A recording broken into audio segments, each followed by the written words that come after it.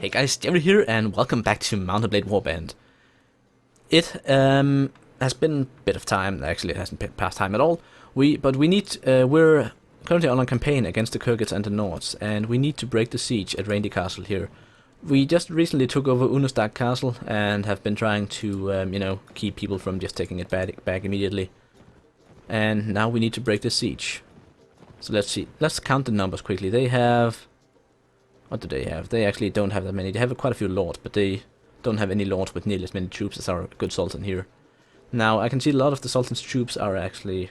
Well, they're kind of middling. C4, C5, that's pretty good. And it's definitely enough to, like, discourage them from trying to take the castle here. But ideally, I would love to catch up to one of them. Like this.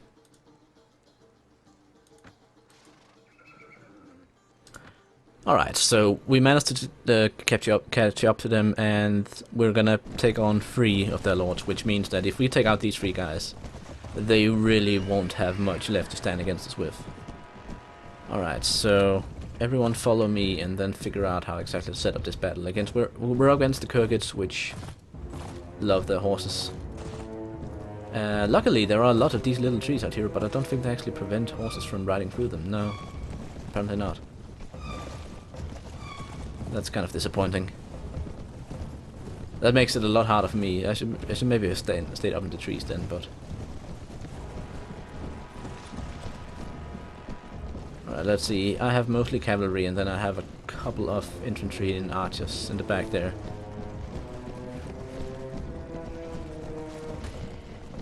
If we tell the infantry and archers to stand here with the infantry a bit ahead of the archers. Again, we don't really have any good hills to use here, so let's just do a cavalry charge here and hope that we can get the battle started properly. Again, it's going to be a lot of cavalry versus cavalry here. I'm just hoping that some of my guys had a lance. I still have my siege gear equipped, fearing that we might actually end up having to, like, not just break off a siege, but actually like defend the castle against the siege, in which case having a bow is brilliant. So I have a bow right now, which is not gonna help me much against these guys, because I'm a shitty horse archer. At least with the heavy armor I have now, I have so much minus to the skill that it's gonna be a problem. So instead I'm riding around trying to swing my sword at people.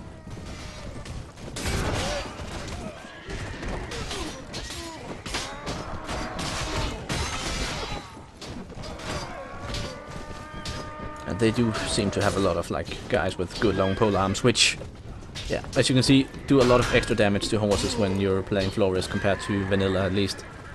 Let's just get everyone fucking charging. Just get in the thick of battle here. How did I miss that guy? There we go. But yeah, if we can get our infantry and archers up to like guard their spawn location, which is right up here, that would end up being a pretty good situation for us, because they wouldn't be able to, like, if we can prevent them from charging ahead, that's pretty great. So let's see, infantry, hold this position, and archers, get over there. I think that's pretty much covering their spawn, so... Okay, now where are the rest of these guys? That's our friend. So many horses just running around without riders. Guess a lot of people really have been dehorsed too.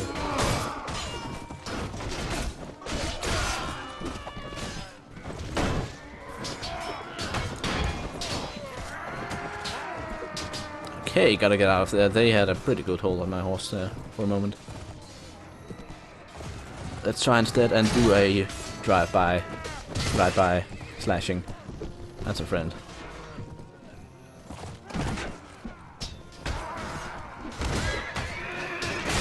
And I don't think I've ever seen this much like Kurgat infantry. They Like, normally whenever I fight them, they seem to have a lot more focus on the horse archers, but I haven't really seen a lot of those in this game, generally.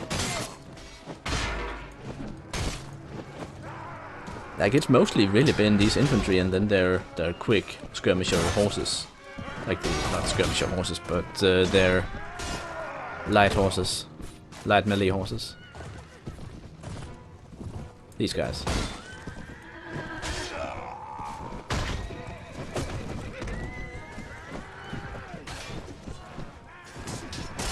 Alright, we're down to their peasants now, so we're almost through. It's just a matter of finding the rest of them hiding on the battlefield. There we go, he got lanced quite badly. And oh, they just spawned a bunch of new peasants. Yeah, this is gonna go quickly. I can see some of my companions are actually getting a couple kills here, so that's good for them. And you got saved by actually getting knocked down. How about you? There we go. It didn't kill him actually. Big sword. Slashing him in the back doesn't kill him. But an arrow piercing halfway through his all the way through his skull, that does kill him luckily. That's as it should be. As it should be. How about I just sit here and take pot shots at peasants now?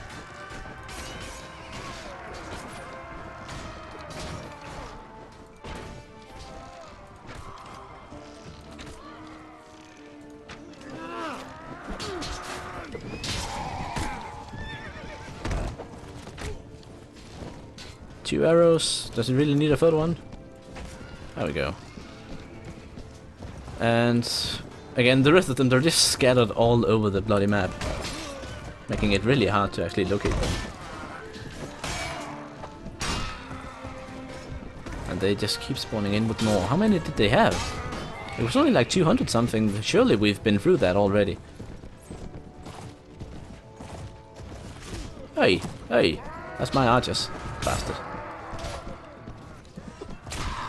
There we go. And that guy's getting pummeled. Got a bunch of these peasant guys up here. Actually, these guys are not even peasants, they're actually A3s. Or I3s. There we go. And another bunch of horses just spawned.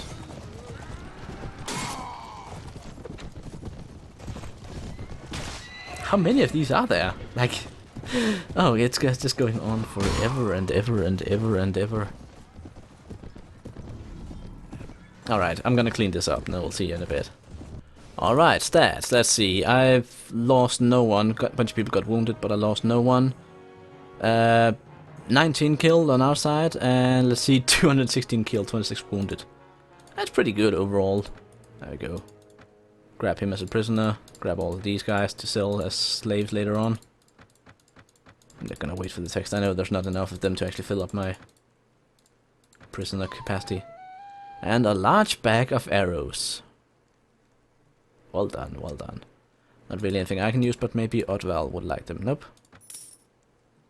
Well, fair enough. Alright, so that's the siege of Randy Castle broken. Now, we need to basically pay attention to Unostak Castle all the time, because, yeah, as you can see here, already under siege. This little guy with 32 people. Well, let's just fucking...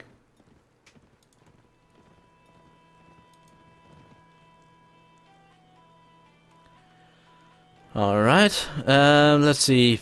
He does not want to give me Unostak Castle, he wants to, but I already hold significant estates, so apparently I need to become more renowned before I can get more. Alright, fair enough. So I got 900 dinars and that's it, pretty much. Well, at least that's not my issue, my problem then if we lose it. Although it kind of is, because I need to keep an eye on, like, I am responsible for the military actions of, or the military, yeah. Let's see, let's prevent him from pillaging my village here. Now the problem being martial is that everyone else is slower than me, so if I can catch up to it, it's not guaranteed that all the other guys will actually be there to, you know, join in the battle. See, I managed to only get 3 people to join me here. So this battle might actually not be as Yeah, it's only 400 against 137. Again, it's pretty good, but it'll give me a certain battle advantage at least, but it's not like it'll really... It doesn't completely ruin the chance that he can inflict some damage on me. And again, that's the curse of being faster than everyone else. That even though I can catch them, it's not always that I should catch them.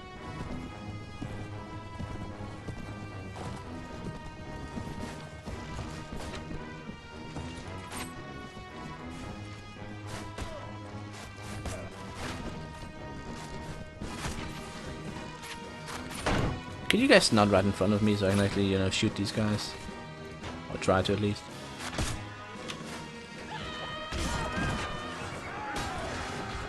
See, they were lucky to get the first charge here. They basically charged it while I was setting up the troops, so yeah. But they didn't manage to take out anyone really vulnerable, so it's just a matter of, you know, yeah, fighting well now. See, that guy is a bit annoying.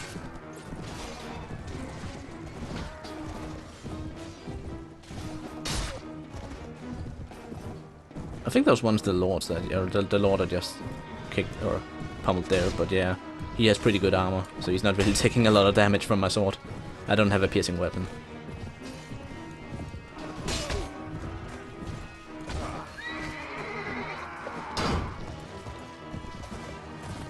Alright, so what we need to do, we need to get, first of all, kind of the handle on this battle again.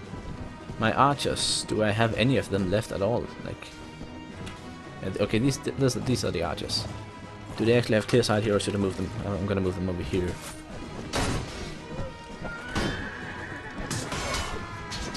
And then I'm kind of stuck with all the cavalry here. What's happening?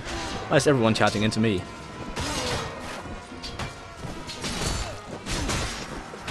This is actually a problem because I'm standing still, so if someone with a lance comes along, I'm gonna be in deep shit. But yeah, one of the issues with the charge order is that, like, the intelligence that, or the decision making that goes into when to charge and who to charge is really not that great. Meaning that a lot of the time your cavalry will end up scattered all over the field chasing down horse archers, and which they can't chase because the horse archers are faster. While your infantry will also be trying to charge horses instead of, you know, making sense. So I need to get the infantry back here.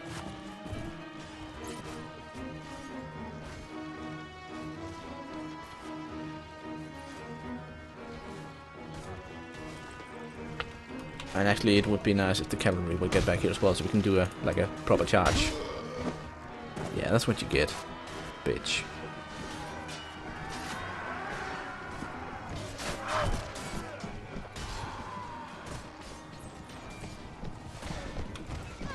Alright, infantry, do a proper charge.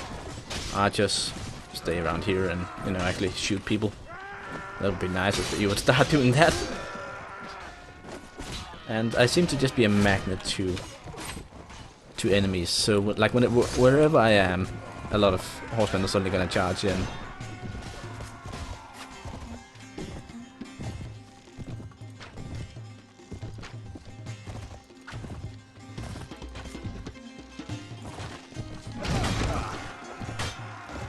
I'm having trouble hitting point blank here.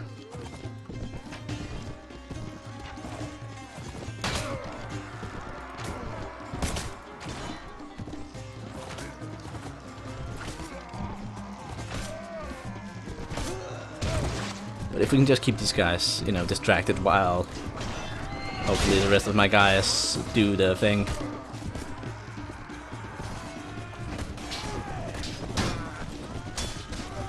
No more arrows, alright. Okay, I guess it's back to... First of all, trying to get out of here because I'm in a pickle. Alright, let's just get everyone in. I think we've managed to split them up enough. I also think that we managed to get rid of their good troops, pretty much. Again, it's hard to provide decent commentary on a fight like this where it's just so chaotic because of the amount of forces. Like, if it was Nords against Nords, you could do a very well coordinated battle where everyone's kind of holding their places and you have people advancing back and forth. The same would go if the enemy used the formations AI properly. Like there is a certain mod, I think I've mentioned before, AD 1257, which does a much better job at like keeping these battles sort of realistic and trying to, you know, have the generals and such actually have control over their troops. That mod has a lot of good things, and I might actually do a spotlight video on it at one point. But yeah, it's like it does a lot better job at giving you a sense of control on the battlefield. But at the same time, there is a certain charm to this chaos here. It's just so hard to be a commander when you don't really feel like your troops are making intelligent decisions, and you can't babysit them all the time, especially not if you want to fight as well. Then you just end up, like if you end up getting knocked out, all your precious planning goes to waste, because the only real option you have if you enable the charge all upon player death, that's the only way you have a chance of winning if you actually get knocked out. And that's a problem, it's a big problem. And it really is something that I'm hoping that they'll... Like, I know they're spending a lot of time on the AI in the follow-up game, and I really hope that it's gonna pay off. I really do. Let's see, I lost 12. I never count wounded as lost, because, well, they'll heal up again. Yeah. Not completely one-sided battle here. We did take some losses, but that was fine. It was fine. But yeah, I'm not a big fan of the Sultan declaring war on pretty much everyone at the same time here. Like the Nords, they did have a lot to do with, like, to deal with against the Rhodoks, but I think they actually managed to make peace pretty much immediately after we, God damn it, where am I? Let me just quickly go in here.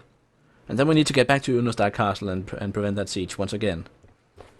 Again, it's a problem because the AI can generate troops out of thin air.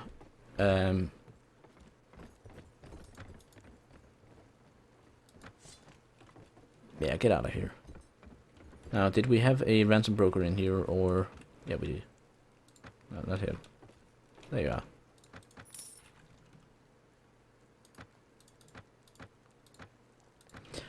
Now, what I was saying is, the AI can generate troops out of thin air. I sort of can as well with this guy, but it's only because of this guy that I can do it. And even then, I can't do it like while I need to provide a temporary garrison. 60 prisoners? Damn, dude. You are loaded. Ugh. I'm gonna have to go over here and break this siege. Oh, but they're actually gonna lose here if I don't join in. Alright, well, charge the enemy, I guess. This is one of the situations where, like, I'm just saving the day, pretty much, because these guys, they had like 6 troops left, so... Hopefully, we can make this work. Why are you guys charging into a fucking tree? Well done. Alright, let's just get the cavalry to follow me then. Seems they can't be trusted with the charge. And also it appears that I actually don't have that much cavalry with me. Like, most of the troops that I get on the battlefield are actually infantry and archers. And I have no chance of hitting anything from here. Oh, I actually hit a horse. Interesting enough.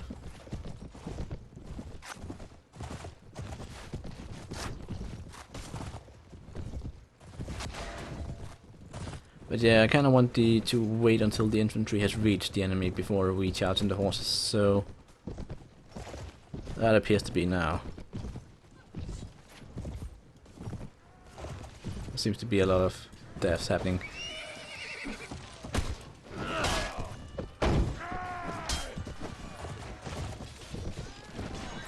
Ah, come on. Get away from here. Leave my guys alone. Bastard.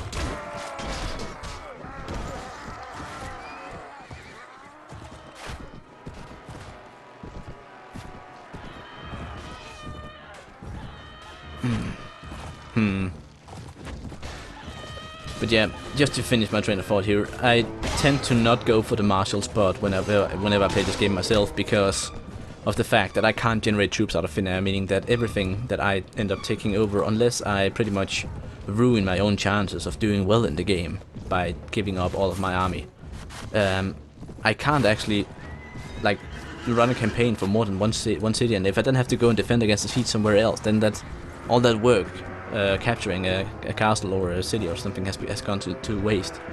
So that's why I tend to like avoid the martial. I just kind of, you know, forgotten how bad it actually was. But yeah, this guy had 60 prisoners, so there are some good ones among this, which will help me fill up again. Like I have lost a couple of guys lately, so getting to fill up here is pretty nice. Again, freeing prisoners, always fun. I think those are the good ones, yeah. And let's see, no loot, of course not.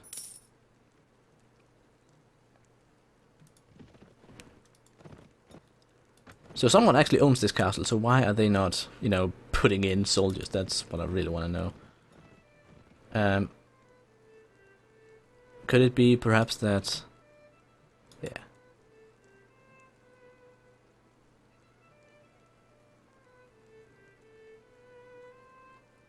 So, alright, let's see.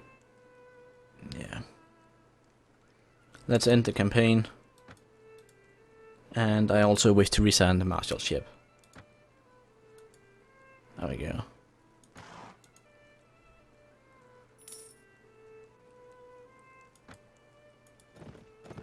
So we get a bit of money for having been the marshal for a while.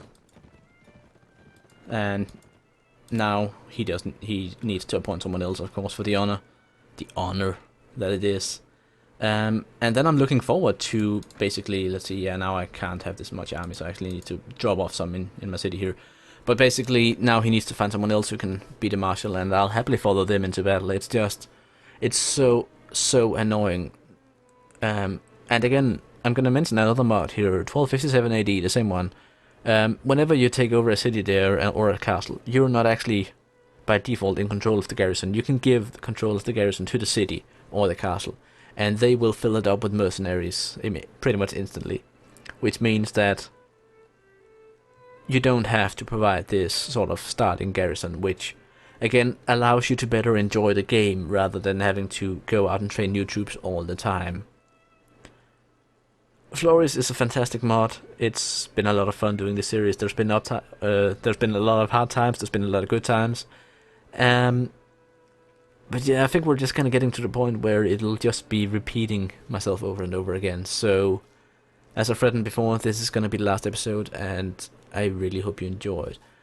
In the future sometime, I might actually do a short, not a short, but I'll do a one-off video on 1257 AD to kind of show you guys the difference. But I highly recommend trying both mods and figuring out which one do you think is more fun. Floris tends to have a bit more end-game focus sort of deal, but then again, not really. Like it's two different mods. Floris is more true to the vanilla game, whereas 1257 AD tries to go a different way with the game, and thus becomes kind of its own thing. But yeah, if you like what you've seen here, try out these mods. Try out 1257 AD. See if you like it better. Again, it's a very different experience, but it's also quite fun. But yeah, that's gonna be it. I'm Jerry, this has been Mount & Blade Warband, and I hope you enjoyed the series. And then we'll see what I figure out to replace it with in the future. Bye!